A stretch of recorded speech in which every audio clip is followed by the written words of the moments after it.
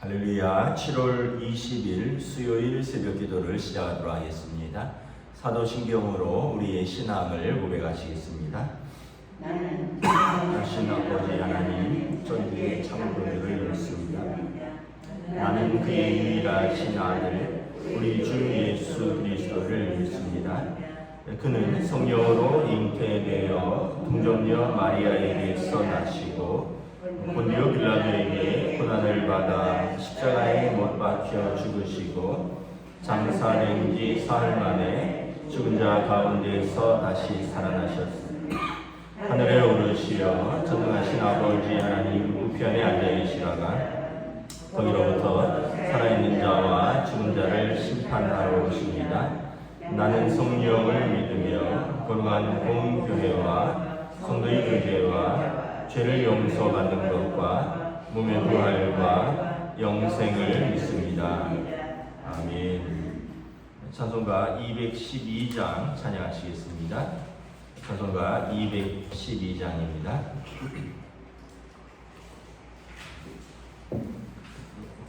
겸손히 주를 섬길 때 괴로운 일이 많으나 그 주여 내게 힘 주사 잘 감당하게 하소서. 빈잔 말을 가지고 사람을 감화시키며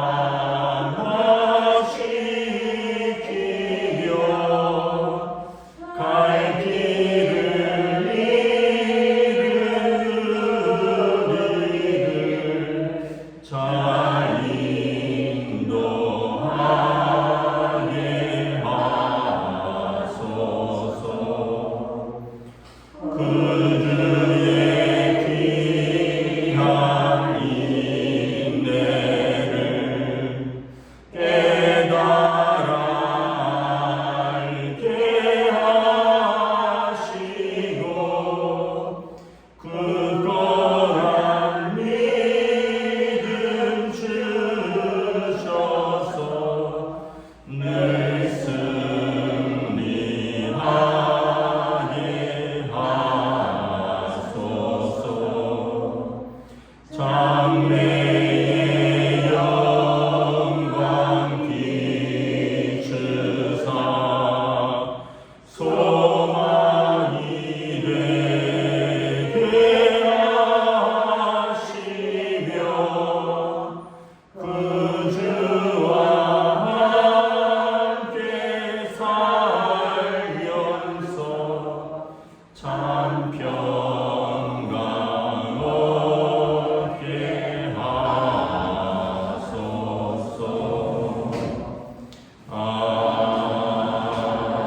아멘. 네, 오늘 우리 주신 하나님 말씀은 신약 성경 고린도 후서 7장 8절부터 16절까지 말씀입니다. 신약 성경 고린도 후서 7장 8절부터 16절까지 말씀입니다. 다 찾으신 줄 알고 저와 여러분들이 한 절씩 교도하도록 하겠습니다. 그러므로 내가 편지로 너희를 근심하게 한 것을 후회하였으나 지금은 후회하지 아니함은 그 편지가 너희로 잠시만 근심하게 한 줄을 알미라. 내가 지금 기도함은 너희로 근심하게 한 까닭이 아니요 그리고 너희가 근심함으로 회개함이 이른 까닭이라. 너희가 하나님의 뜻대로 근심하게 된 것은 우리에게서 아무 해도 받지 않게 하려 함이라. 하나님의 뜻대로 하는 근심은 후회할 것이 없는 구원에 이르게 하는 회개를 이루는 것이요 세상 근심은 사망을 이루는 것이니라. 그러나 하나님의 뜻대로 하게 된 이 근심이 너희를 얼마나 간절하게 하며 얼마나 변증하게 하며 얼마나 분하게 하며 얼마나 두렵게 하며 얼마나 사모하게 하며 얼마나 열심히 있게 하며 얼마나 벌하게 하였는가. 너희가 그 일에 대하여 일체 너희 자신의 깨끗함을 나타내느니라. 그런즉 내가 너희에게 쓴 것은 그 불의를 행한 자를 위한 것도 아니요 그 불의를 당한 자를 위한 것도 아니요 오직 우리를 위한 너희의 간절함이 하나님 앞에서 너희에게 나타나게 하려 함이로라. 이로 말미암아 우리가 위로를 받았고 우리가 받은 위로 위에 기도의 기쁨으로 우리가 더욱 많이 기뻐함은 그의 마음이 너희 우리로 말미암아 안심함을 얻었습니다. 내가 그에게 너희를 위하여 자랑한 것이 있더라도 부끄럽지 아니하니 우리가 너희에게 이른 말이 다 참된 것 같이 기도 앞에서 우리가 자랑한 것도 참되게 되었도다. 그가 너희 모든 사람들이 두려움과 떨림으로 자기를 영접하여 순종한 것을 생각하고 너희를 향하여 그의 심정이 더욱 기뻤으니 함께 읽습니다. 내가 범사에 너희를 신뢰하게 된 것을 기뻐하였노라. 아멘. 할렐루야.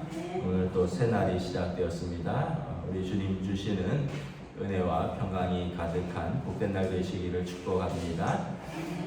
오늘 또 수요 예배가 있습니다. 그래서 수요 영상 예배가 오전 중에 여러분 올라오면 함께 또 예배의 자리로 또 말씀과 공동체의 기도의 자리로 함께 나아가서 우리 함께 힘을 합쳐 기도하면 감사하겠습니다. 오늘 말씀은 하나님의 뜻대로 하는 근심을 바울 사도가 이야기를 합니다.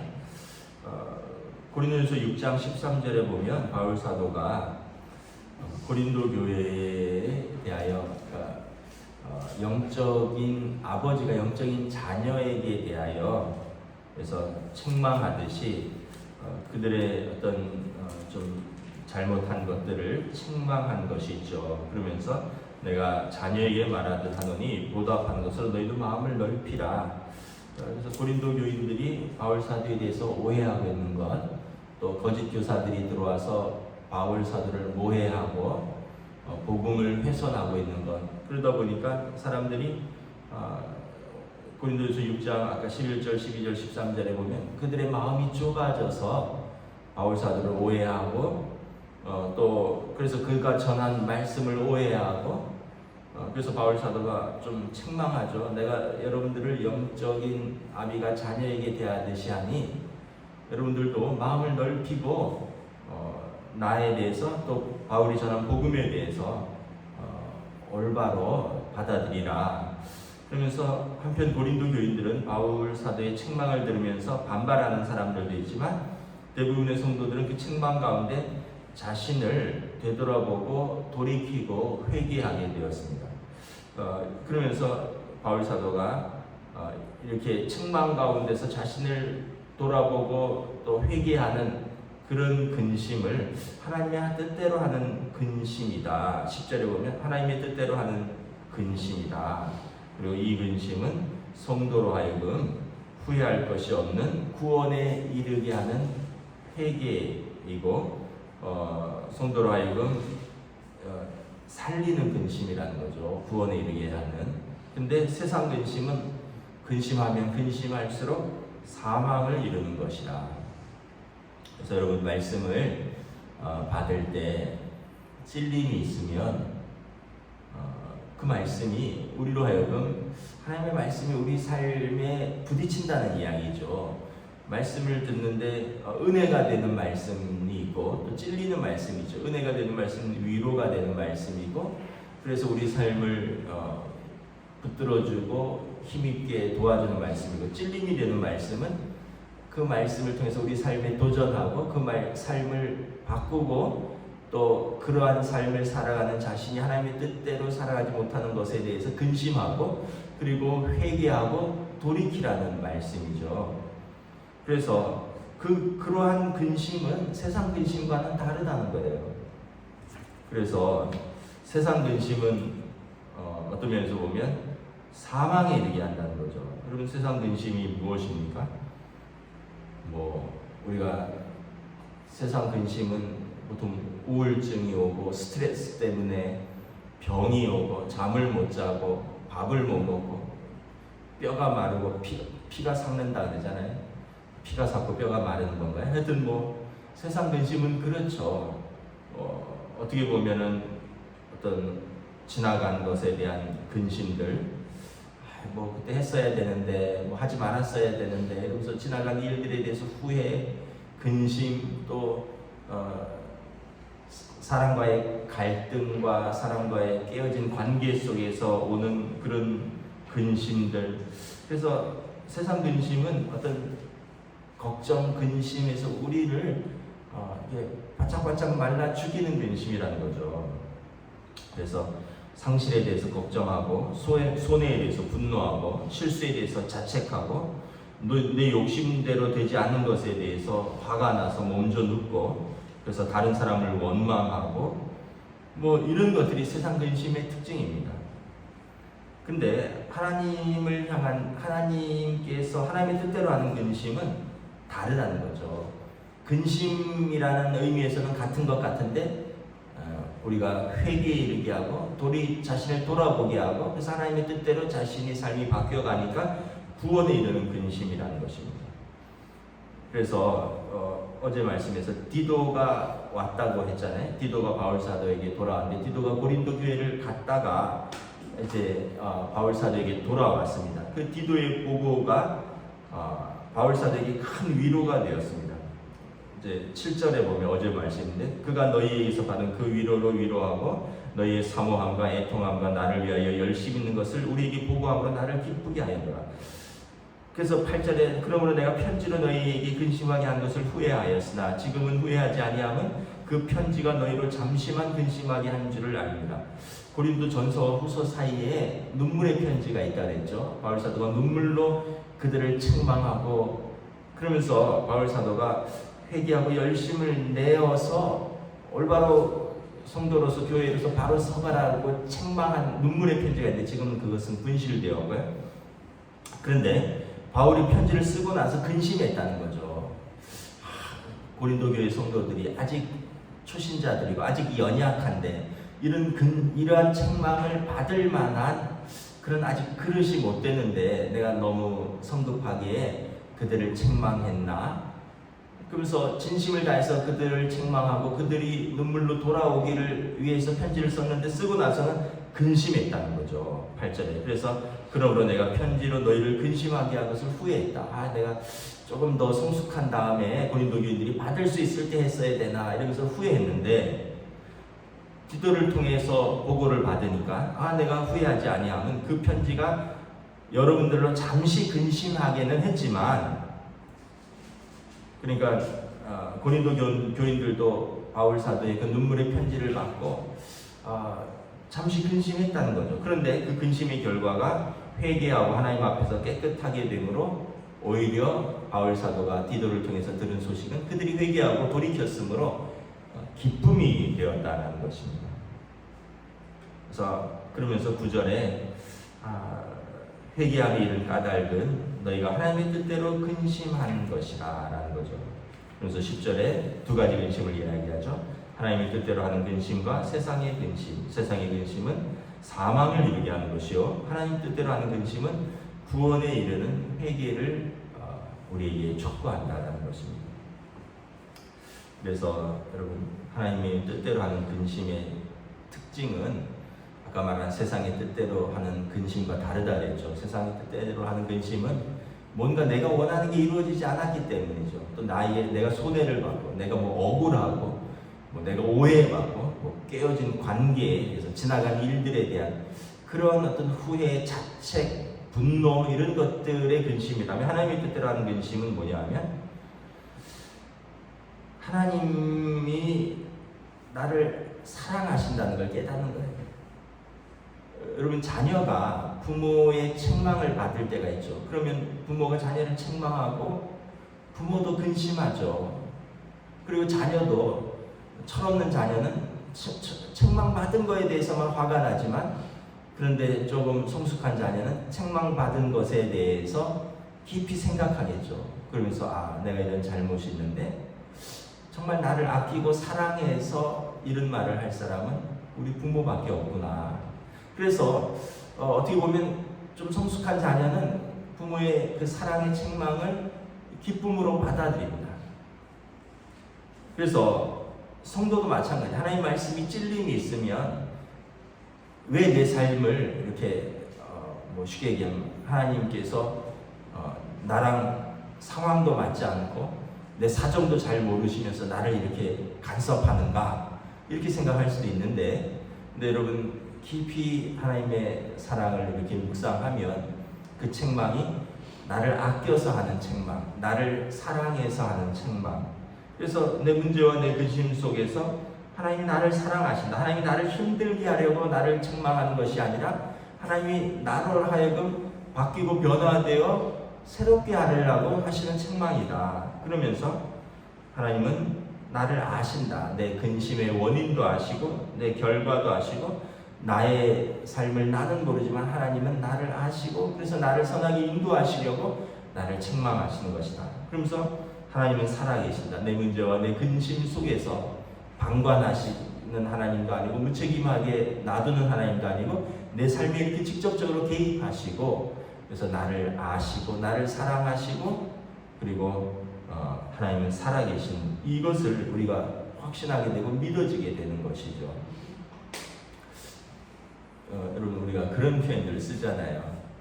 옛날 어른들이 무슨 어떤 고난을 경험하고 나면 이걸 믿음으로 해석을 하는 거죠. 나 하나님한테 되게 혼났어.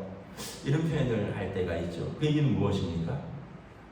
어떤 고난을 하나님이 주시는 사인으로 받아들인 거죠. 돌아보니까 내가 어떤 잘못된 선택을 했고 내가 잘못된 방향으로 나아가는데 하나님이 그 고난이라는 징계의 막대기를 통해서 사람 채찍과 인생 막대기로 나를 혼내서 내가 그로 하여금 깊이 생각하게 되고 돌이키게 되었다. 이런 의미가 담겨져 있는 거죠. 나 하나님한테 되게 혼났어.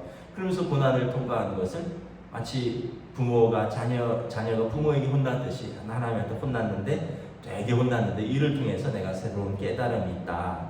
이것이 여러분 믿음의 반응인 거죠. 고난을 겪으면서 하나님을 생각하는 거예요. 고난을 겪으면서 하나님이 나를 어떻게 바뀌기를 원하시는가를 생각하는 거죠. 제일 불쌍한 사람은 뭐냐 하면 고난만 겪고 아무것도 깨닫지 레슨을 얻지 못하는 사람이 제일 불쌍한 사람이죠. 아버지한테 혼났어요. 엄마한테 혼났어요. 그리고 나서 분만 씩씩 내고 전혀 깨닫지 못한다면 그 자녀는 정말 부모가 볼 때 불쌍한 자녀죠. 부모의 의도도 모르고 부모의 사랑도 모르고 그러면서 변화도 안 되고 부모는 참 너무 슬픈 거죠. 그런 자녀를 보면 안타깝고 불쌍할 뿐이죠.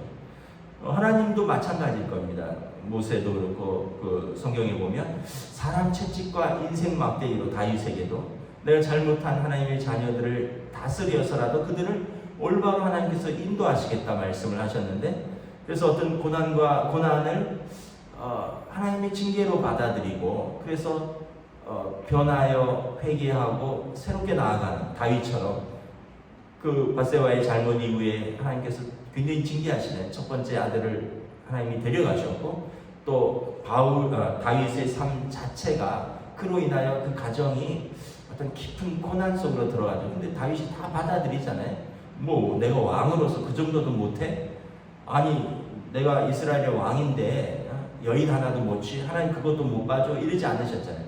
다윗은 침상이 눈물로 뜰 정도로 울면서 자기 자신을 돌아보고 회개했다라고 했습니다.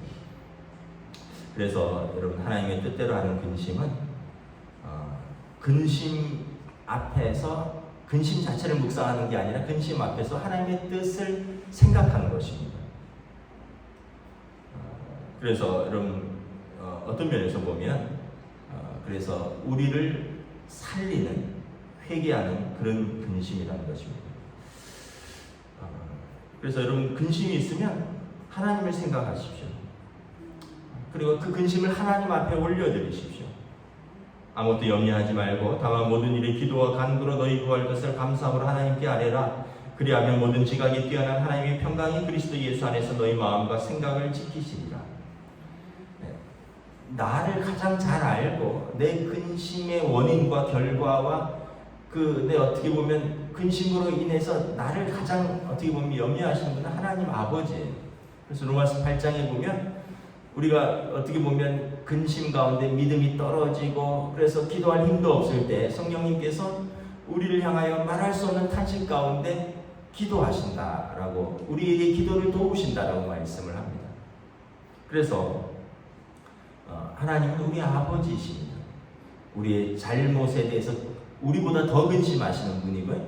우리의 잘못에 대해서 여러분 무관심하면 사랑이 아니죠. 여러분 자녀가 뭐 예를 들면 학창 시절에 막 술 담배 하고 뭐 집에 안 들어오고 뭐 마약하고 뭐 경찰서 불려다니면서 싸움하고 이런데 부모가 때 되면 철들 거야. 아유 나도 여러분 어떻게 들어요? 점점 더 망가지지 않을까요? 학창 시절에 해야 될 것을 가르쳐 줘야 되고 잘못된 것은 바로 잡아줘야 되고 여러분 어떻게 보면 그것이 부모의 그 올바른 간섭이죠. 올바른 징계고, 여러분 우리가 죄 가운데 막 나가는데 하나님이 그래 그래도 주일날 교회는 나가잖아, 놔두자, 알아서 언젠간 철들리지. 아니죠. 여러분 하나님께서 사람 막대기와 인생 채찍으로 징계하신다 그랬습니다. 성도가 하나님을 떠나고 믿음으로 떠나면 잘못된 것에 대해서 하나님이 우리 삶에 간섭하신 것이 올바른 하나님의 사랑인 것이죠. 그래서 여러분 우리의 근심은 하나님의 근심이 되신다는 것입니다. 그리고 우리의 근심을 하나님께 올바로 올려드리고 깨닫게 되면 그 근심을 통해서 우리가 하나님의 뜻을 알게 되고 하나님의 뜻대로 반응하게 되는 삶이 되는 것입니다. 근심에 대한 성도들의 그 두 가지 반응이 있어요. 첫째는 근심 때문에 믿음을 잃고 하나님을 원망하고 믿음에서 떨어져서 사망에 이르는 사람들, 죽는다는 게 아니라 영적으로 사망에 이르는 사람들. 어떻게 보면 그 근심 때문에 믿음이 떨어지고 하나님으로부터 멀어지고 결과적으로 이제 사망에 이르게, 영적인 사망에 이르게 되는 사람이고, 두 번째는 근심 때문에 하나님께로 나아와서 기도하고 하나님을 메어 달리고 자신을 돌아보고 회개하고 구원으로 나아가는 사람이 있는 거죠. 그래서 사도 바울이 오늘 고린도 교인들이 이 근심이 어떤 열매를 가져다 주었는가, 우리 11절 함께 읽도록 하겠습니다. 보라, 하나님의 뜻대로 하게 된 이 근심이 너희를 얼마나 간절하게 하며 얼마나 변증하게 하며 얼마나 분하게 하며 얼마나 두렵게 하며 얼마나 사모하게 하며 얼마나 열심히 있게 하며 얼마나 벌하게 하였는가. 너희가 그 일에 대하여 일체 너희 자신의 깨끗함을 나타내었느니라. 그래서 서로를 향하여 간절하게 하고, 근심시킨 자와 근심하는 자 모두 서로를 간절하게 생각했죠. 바울 사도는 그 편지를 보내고 고린도 교인들을 염려했고, 고린도 교인들은 그 편지를 받고 또 바울 사도의 마음을 알고 또 염려했죠. 근심했죠. 그리고 뭐 변증하게 되면, 변증은 이제 사과한다는 의미입니다. 분하게 하죠. 자기 잘못을 바라보고 자기 잘못의 죄에 대해서 분하게 되는 거죠. 분노하게 되는 거죠. 두렵게 하며, 하나님 앞에서 우리가 이러면 안 되는데 하고 두려워하게 되고, 사모하게 하며 주의 은혜를 사모하게 되고, 영적 아버지의 마음으로 자신을 걱정하는 바울 사도를 사모하게 되며, 열심히 있게 하며 잃어버린 사랑을, 첫사랑을 회복하게 되고, 벌하게 하였는가. 이제는 분별력이 생겨서 하나님이 기뻐하지 않는 것에 대해서 그들도 분노하고 그들도 벌하게 되었다는 것입니다. 그 결과로 여러분들이 정결하고 깨끗하게 되었고 하나님과 관계가 새로워지고 회복되었다는 거죠. 그래서 하나님의 뜻대로 하는 근심이 구원에 이르게 하였다는 것입니다. 그러면서 서로에 대해서도 유익이 생겼다는 것입니다. 바울 사도와의 관계에 대해서도 우리가 새롭게 된 너희로 말미암아 위로를 받고 안심을 얻었다는 거죠. 그리고 14절에 보면 디도에게 고린도 교인들을 향한 자랑과 자부심이 있었는데, 그 편지를 보내고 나서 만약에 고린도 교회가 그 편지에 대한 책망을 받지 않았고 회개하지 않았다면 디도에 대해서도 부끄러웠을 텐데, 디도로 말미암아 여러분들의 그 구원에 이르는 그 근심과 회개를 받고는 우리가 기쁨이 되었다는 것이죠. 그리고 내가 고린도 교회 성도들 여러분들을 내가 자랑한 것이 부끄럽지 않게 되었고 참되게 되었다는 것입니다. 무엇보다 16절에 내가 범사에 여러분들을 더 신뢰하게 된 것을 기뻐하였노라 말하는 것입니다. 그래서 여러분 말씀을 정리하도록 하겠습니다. 하나님의 말씀은 살아있고 활력이 있어 좌우의 날선 어떤 검보다도 예리하여 우리의 영과 혼과 관절과 골수를 찔러 쪼개고 나누며 우리가 마치 벌거벗은 것처럼 우리의 모든 것이 드러난다라고 히브리서에서 말하고 있습니다. 하나님의 말씀에 반응을 하셔야지 사는 겁니다. 여러분, 죽은 사람은 반응하지 않습니다. 교만한 사람은 반응하지 않습니다. 말씀이 뭐라 그래도 나는 내 길을 간다. 성경에 보면 목이 뻣뻣하고 마음이 완악하고 굳은 사람이라고 합니다. 근데 그렇게 되면 어떻게 돼요? 돌밭이 되는 겁니다. 굳은 땅이 되는 거예요. 가시덤불 밭이 되는 겁니다. 우리 심령을 밭을 기경해야 됩니다. 그래서 돌을 골라내고 가시덤불을 제하고 우리 밭을 기경해서 하나님의 말씀이 떨어질 때 열매 맺을 수 있도록 겸손하게 말씀 앞에 반응하고, 그래서 어떻게 보면 하나님의 뜻대로 하는 근심으로 회개하고 생명에 이르는 그런 저와 여러분 되시기를 우리 주님의 이름으로 축복합니다. 아멘. 기도하겠습니다. 하나님의 은혜를 감사합니다. 바울 사도께서 고린도 교회 성도들을 향한 어떻게 보면 책망이 그들을 두렵게 하고 그들을 망하게 하려는 책망이 아니라 그들로 하여금 기도하며 그들을 사랑하기에 하나님의 뜻대로 회개에 이르는 그 근심을 이루는 그 책망이라 말씀하고 있습니다. 그리고 그 근심의 결과는 그들로 하여금 하나님의 뜻대로 근심하고, 그래서 그들이 돌이키고 회개에 이르는, 구원에 이르게 하는 근심으로 우리는 후회할 것이 없노라. 그리고 여러분들의 그 회개로 말미암아 우리 관계가 회복되었고 또 기쁨이 되었고 다시 하나님 앞에서 사랑받는 자녀가 되었노라 말씀하고 있습니다. 우리가 하나님의 말씀을 읽을 때, 또 말씀을 들을 때, 또 말씀을 받을 때 우리에게 필요한 말씀만 받는 것이 아니라 우리를 찌르는 말씀, 우리로 돌아보게 하고 우리로 하여금 고민하게 하고 우리를 돌이키게 하는 하나님의 뜻대로 이르게 하는 그 근심이 되는 말씀이라 할지라도 우리가 기쁘게 받고 반응하고 변화되고 더 새로워지고 더 성숙해지는 믿음으로 나아갈 수 있는 말씀에 반응하는 주의 백성들로 인도하여 주시옵소서. 감사를 드리오며 우리 주 예수 그리스도 이름으로 기도드리옵나이다. 아멘. 하늘에 계신 우리 아버지, 아버지의 이름을 거룩하게 하시며 아버지의 나라가 오게 하시며 아버지의 뜻이 하늘에서와 같이 땅에서도 이루어지게 하소서. 오늘 우리에게 일용할 양식을 주시고 우리가 우리에게 잘못한 사람을 용서하여 준 것 같이 우리 죄를 용서하여 주시고 우리를 시험에 빠지지 않게 하시고 악에서 구하소서. 나라와 권능과 영광이 영원히 아버지의 것입니다. 아멘.